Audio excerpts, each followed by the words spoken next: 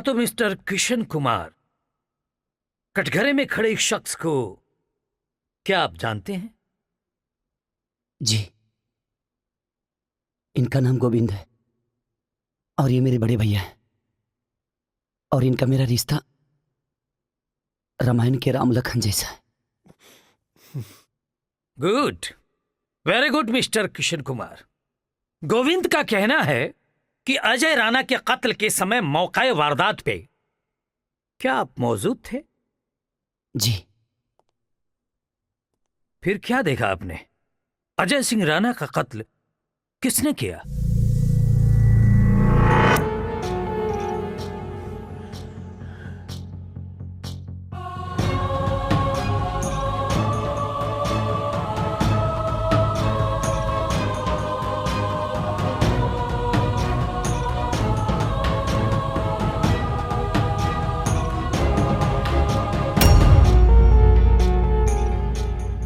अजय सिंह राणा का कत्ल मेरे भैया, सॉरी जज साहब, गोविंद ने किया है।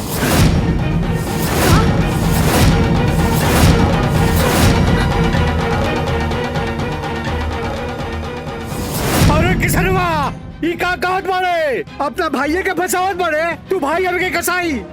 Order order order. जज साहब, अरे झूठ बोला था। आप बैठ जाइए। बाबरा हो गई बा, न जाने का नाम शराब पकड़ा। जज साहब बैठ जाइए अपनी जगह पे। अदालत की कार्यवाही चलने दीजिए, वरना आपको कोर्ट रूम से बाहर कर दिया जाएगा।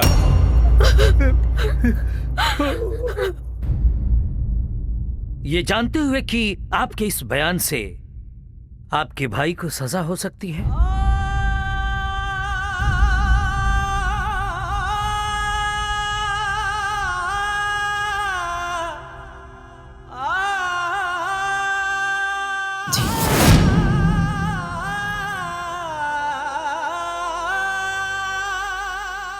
जज साहब, रिश्ते नाते से बढ़कर मेरे लिए इस देश का कानून है।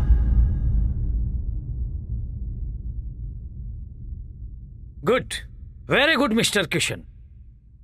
मिलॉर्ड, गोविंद के भाई किशन के इस बयान से ये पूरा केस दूध का दूध और पानी का पानी बिल्कुल साफ है। अब मुझे कुछ कहने की जरूरत नहीं है। That's all my Lord.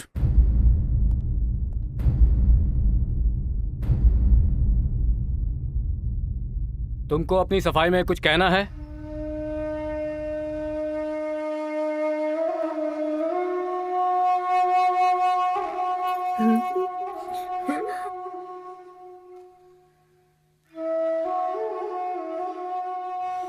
जज साहब, हम हमेशा हमारे भाई किशन के भलाई चाले बनी। किशन जी कहा था शादी में भी हमारे भाई के भलाई होगी। अगर हमारे भाई कलश के हम हत्या कैले बानी तो हत्या कैले होकर हम सब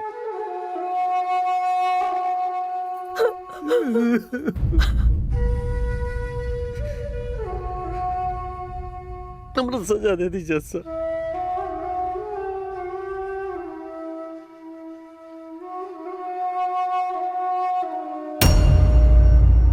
पेश किए गए सबूतों और गवाहों के मद्देनजर ये अदालत इस नतीजे पर पहुंची है,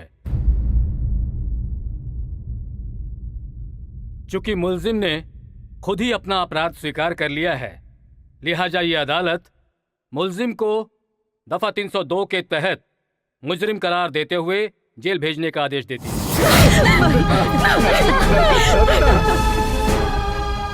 ये अदालत अपना फैसला सुरक्षित रखती है। 28 तारीख को मुजरिम को सजा सुनाई जाएगी।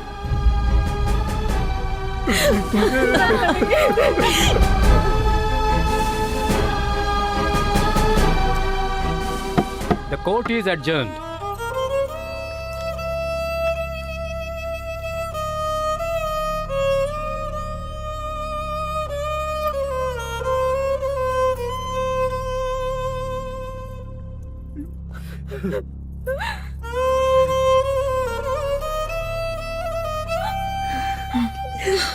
माँ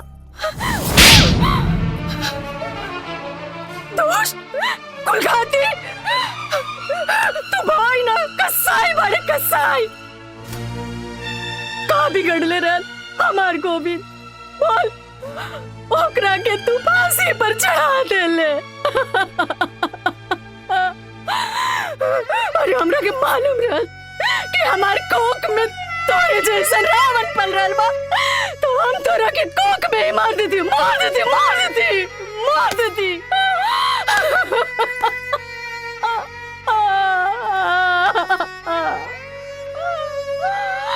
अरे काहे पाथर पर माथा पटकत बाड़ू शांति?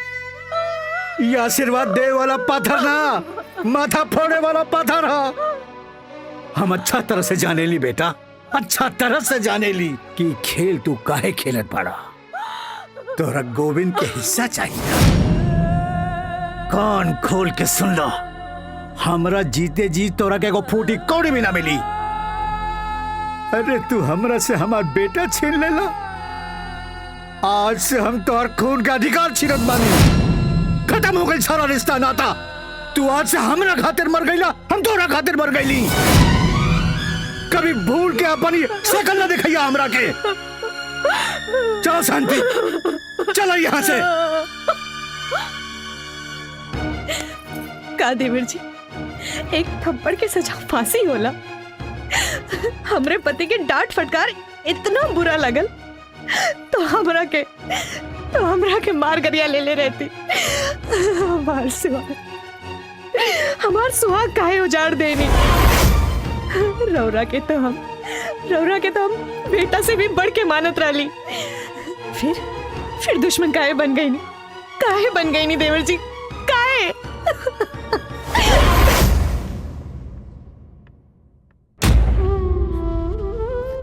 छुटकी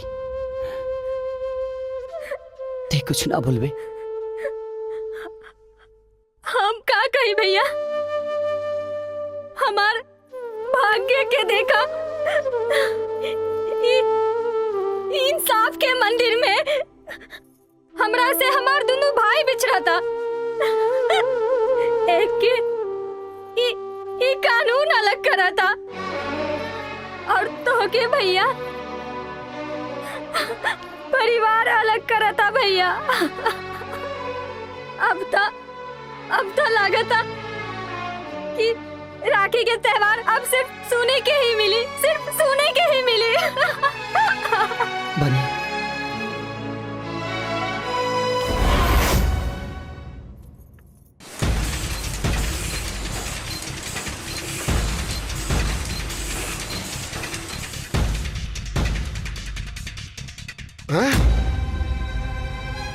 ना ई कबो नहीं हो सकत। का भइल जी? ये एकदम गलत फैसला बा। फैसला गलत होके या सही, मारा के तो दोनों भाई के बा। अगर गोविंदवा के सजा मिली तो किसनवा के मार, और किसनवा के सजा मिली तो गोविंदवा के मार दे। बेटा मामला अदालत में बा और उन्हन के सजा अदालत तय करी। तू ऐसा बात काहे करत बाड़ा? ई लिए कि हमारी अदालत में फैसला भाई बाकी बा, इंसाफ बाकी बा। हु कुल मिल के हमरे एक भाई के मरले बाड़े ना, हम जब तक दोनों के ना मार देब ना, हम तबले चैन के सांस न ले बाबूजी, चैन से ना बैठब। ई इंसाफ ना तोहार जीत हुए राधे बेटा। यही जीत के चलते हम अपन एक बेटा खो चुकल बानी और अब हम कुछ नहीं के खोवल चाहता नहीं। घबराई मत बाबूजी, खोयला और रोयला के दिन तो वो लोगन के चालू हो गइल बा। अब वो घर में सिर्फ और सिर्फ मातम के सहनाई बजी, सिर्फ मातम के।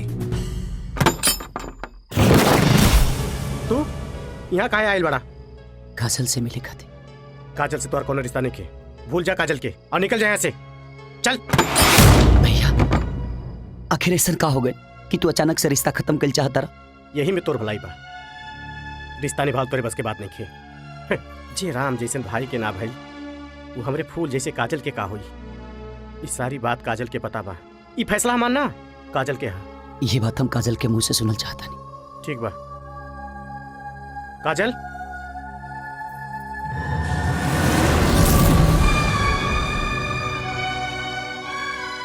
काजल, ये हम कहा सुना था उहे जौन सच्चाई बा। फिर क्रिया कसम, प्यार मोहब्बत और जन्म जन्म साथ रहे के वादा। वो सब हमार भूल रहे, पहचान ना पाईनी तोहरा के, लेकिन अब सब समझ गईनी। जे खून के रिश्ता ना बुझलस, वो प्यार के रिश्ता का बुझी है। काजल, बस बहुत हो गई, अब निकल जाए यहाँ से। काजल,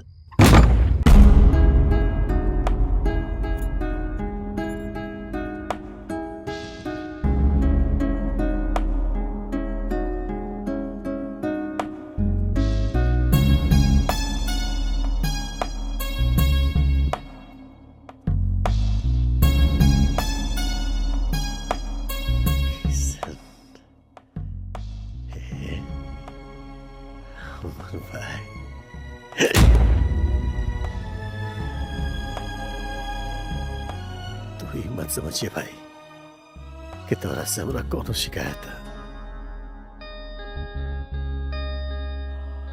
मरे वाला तो हम वैसे भी रहली। अच्छा भइल कि तू हमरा मौत के सार्थक कर देले। हम हमेशा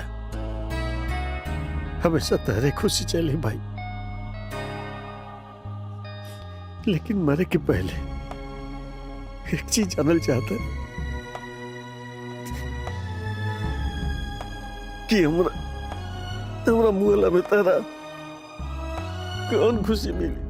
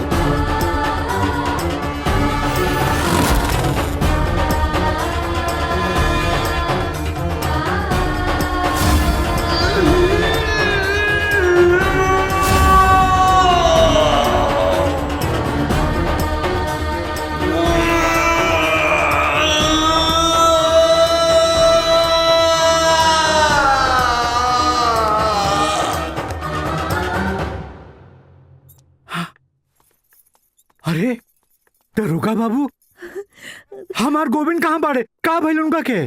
उनकर ऑपरेशन चलत बा। ऑपरेशन? ऑपरेशन और मामला बहुत सीरियस बा। कौना बात के? उनका ब्रेन ट्यूमर बा। Brain tumour? हे भगवान, अब का होई?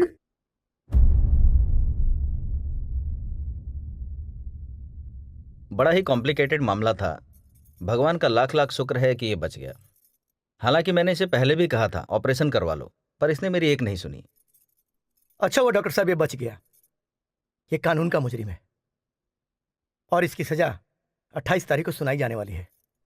अच्छा डॉक्टर साहब, तब तक ये कोर्ट में पेशी लायक हो जाएगा ना? बिल्कुल, तब तक तो ये पूरी तरह से फिट हो जाएगा।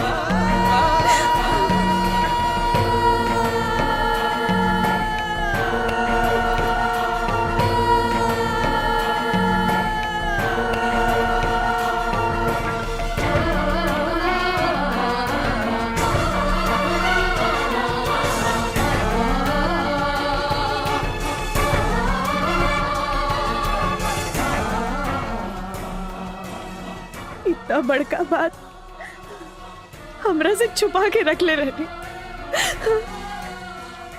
यही से वो दिन कहत रहली कि हम ना रहे तो हमार परिवार के संभाल लिया। हाँ?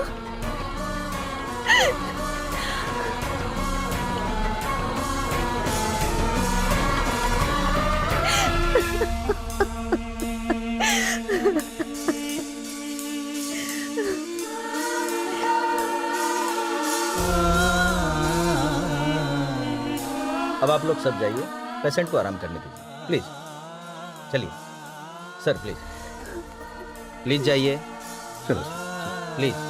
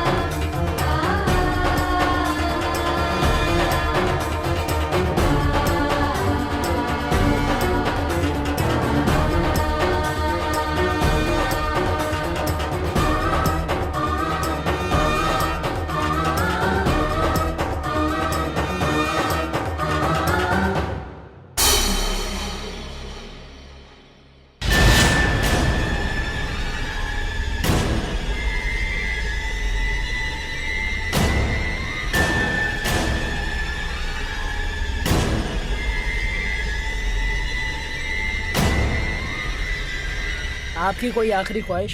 साहब, हमरा कोनो औलाद नहीं के, लेकिन औलाद के कमी कभी जीवन में महसूस न कर पैली।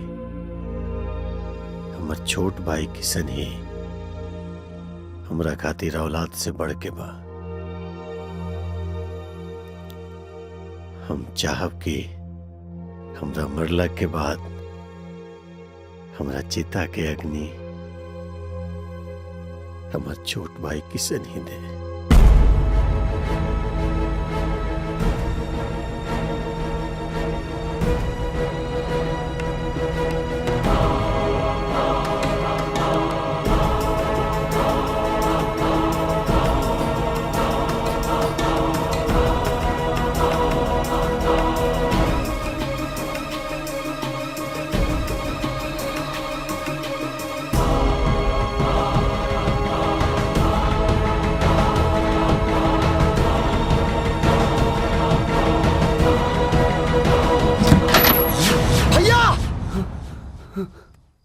भैया का भेल किशन? कोनो बुरा सपना देखला का? हाँ भाई, बहुत बुरा सपना देखनी।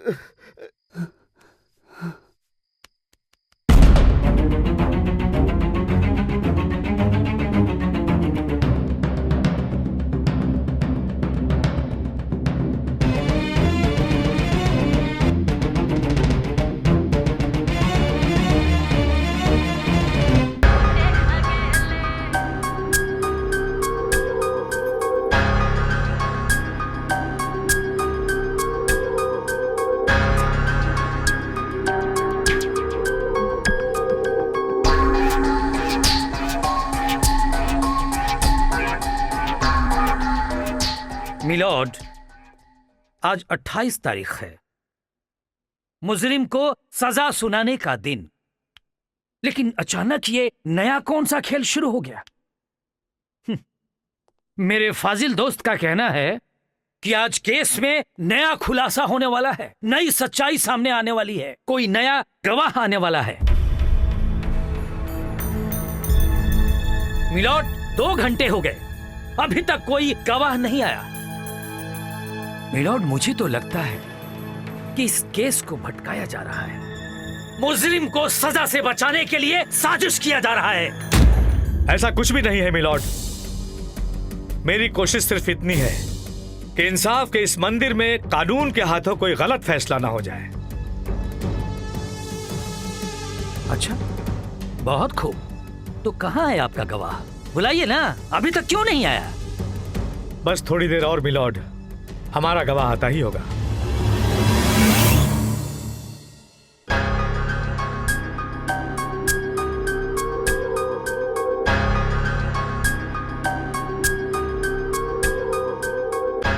मिलोड, अब ये बहुत हो चुका। ये अदालत का अपमान है। कोर्ट का मजाक उड़ाया जा रहा है मिलोड। वो गवाह नहीं आएगा। वो हमें धोखा दे रहा है। मिलोड, कानून से बड़ा कोई नहीं होता है। मुझे लगता है कि अदालत को फैसला सुनाना चाहिए। That's all milord. कोर्ट का वक्त खत्म हो रहा है मिस्टर वकील। आपका गवाह अभी तक नहीं आया। कोर्ट आपकी वकालत पर सवालिया निशान लगाते हुए आपके गवाह मिस्टर किशन कुमार पर कोर्ट की तौहीन करने और कोर्ट को गुमराह करने के जुर्म में मुकदमा चलाने का आदेश देती है। यह अदालत गोविंद वल्द मंगल प्रसाद को अजय सिंह राणा वल्द रघुवीर सिंह राणा के कत्ल के जुर्म में दफा 302 के तहत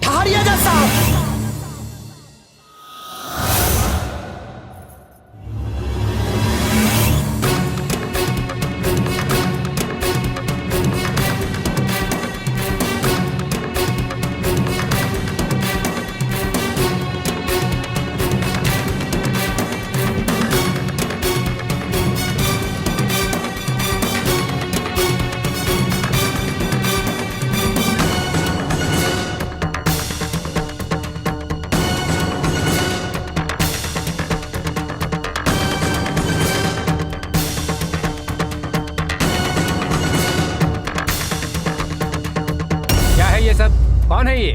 जज साहब, ये रिजवान है। ये गवाही देना चाहता है। आप सबको कुछ बताना चाहता है जज साहब। लेकिन ऐसी हालत इसकी कैसे हो गई? किसने मारा इसको?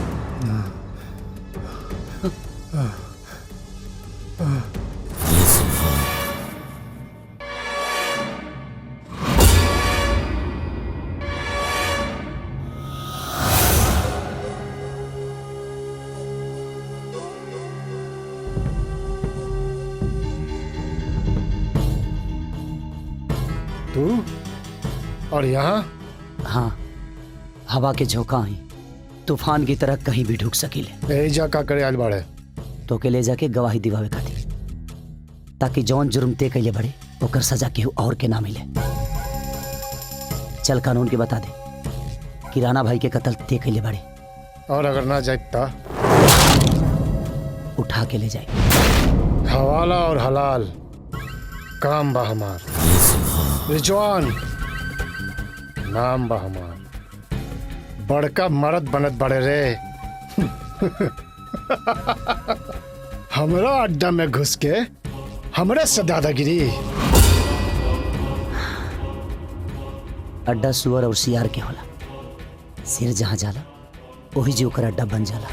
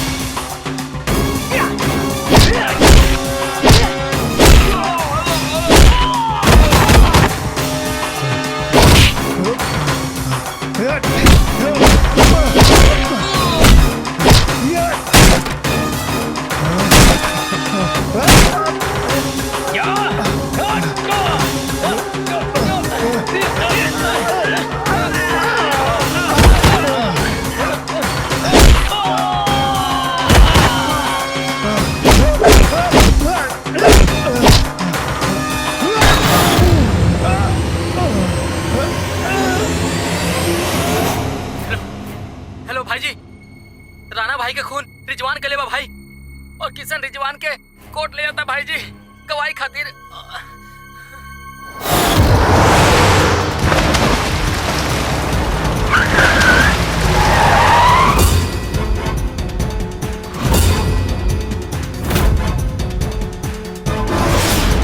भाई जी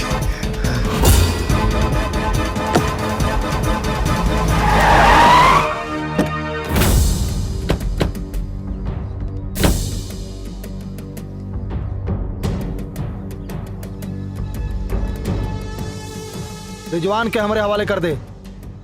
रिजवान सिर्फ कानून के हवाले हो। कैसे कि हमारे भैया के जिंदगी है और हमारे भाई का कातिल ई है। फैसला कानून का ना हमारी अदालत में हुई, जौन हम लिख चुकल बानी। तो उन्हीं तीनों का मौत, गोविंदवा कानून के मौत मरी और तू दोनों हमारे हाथे मरबा। तोरे हाथ में इतना ताकत नहीं है ठाकुर कि हमसे हमारे भैया छीन ला। अपने भैया खाती तो हो सका यमराज से भी टकरा जाए हम। भैया भैया अच्छा भैल की रहुआ आ गई नहीं।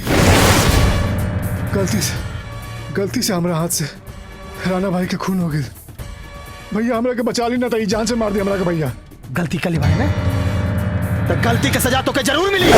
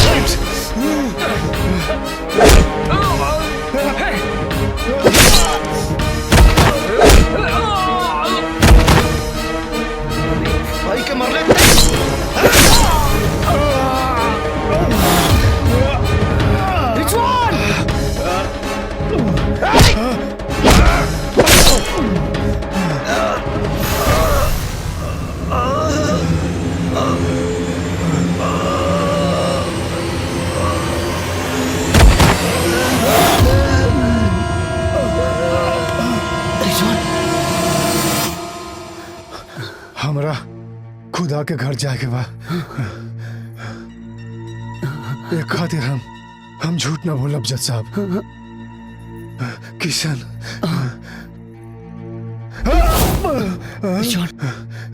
किशन और गोविंद दोनों बेकसूर बड़े जज साहब।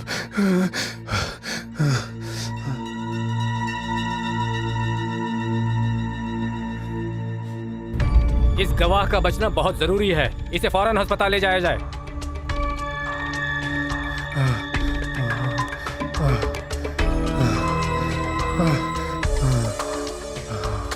ब्रेन ट्यूमर से बचाने के लिए जज साहब, अपने भाई के इलाज कराने के लिए। What?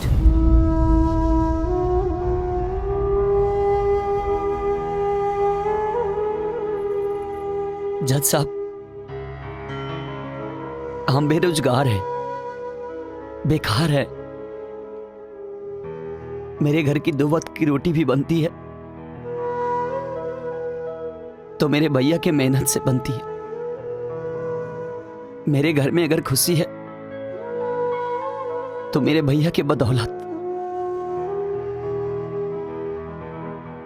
और हम गरीब आदमी हैं जज साहब, हम अपने भैया के इलाज नहीं करा पाते। और मैं अपने भैया से बहुत प्यार करता हूं, और अगर ये मर जाते ना तो मेरा पूरा परिवार मर जाता। और ये बात मुझे उस दिन पता चली जिस दिन मेरी भाभी तीज का व्रत की थी और भैया के लिए लंबी उम्र की दुआ कर रही थी।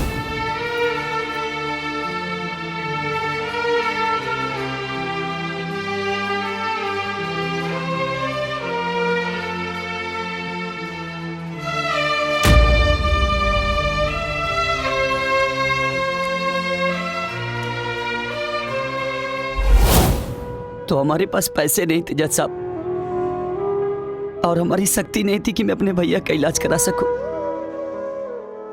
मेरे पास और कोई चारा नहीं था। जज साहब, आपको जो भी सजा देना है हमें दे दीजिए। मैं मानता हूं कि मैंने गलती की है, लेकिन मैंने जो भी गलती की है अपने भैया की जान बचाने के लिए की है, अपनी भाभी की सिंदूर बचाने के लिए की है, अपनी मां की कोख बचाने के लिए की, अपने बाबूजी के विश्वास के लिए किया।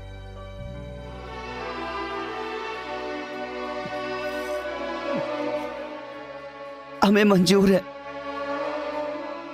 लेकिन हमें इस बात की खुशी भी है मैं अपने राम जी से भाई को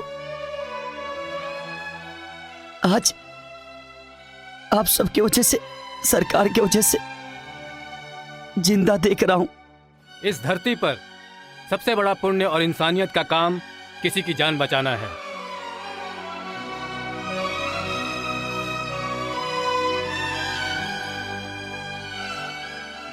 लेकिन तुमने कोर्ट के सामने झूठ बोला और कोर्ट को गुमराह किया, लिहाजा ये अदालत तुम्हें इसकी सजा देगी। 1 साल कैद या 6,000 रुपए जुर्माना, इन दोनों में से कोई एक सजा तुम्हें भुगतनी होगी।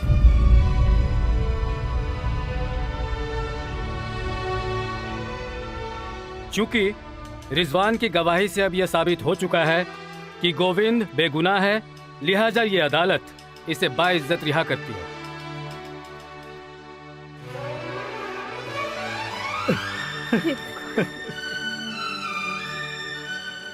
The court is adjourned.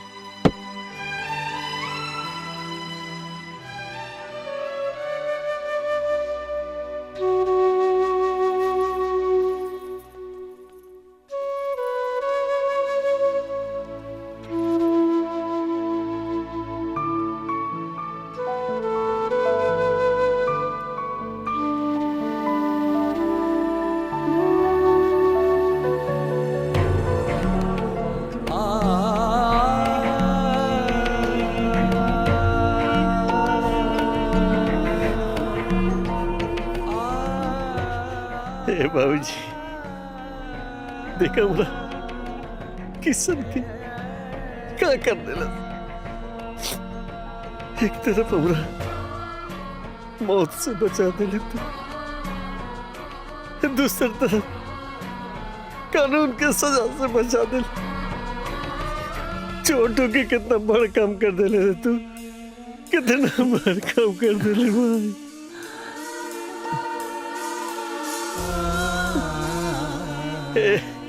बाबूजी, माई, आज हम सीना ठोक के पूरा दुनिया से काम भाई हो तो ऐसा किसन के जैसा। किसान, ए पार्टनर, आई आई आई आई आई नहीं आई। ए हटा हटा हटा साहब, हटा हटा हटा हटा हटा भाई। पार्टनर, इस साहब तारा कितना देर से खोजत रहन, इनका के पकड़ के लिए नहीं। हाँ अरे यार किशन, तुम्हारे घुसा ने तो मेरा दिमाग घुमा दिया और तुम्हारी बातों ने तो इंसानियत सिखा दी। ईमानदारी की कसम यार, ये लो तुम्हारा ज्वाइनिंग लेटर और मेरी फैक्ट्री में आके मैनेजर का पोस्ट ग्रहण करो।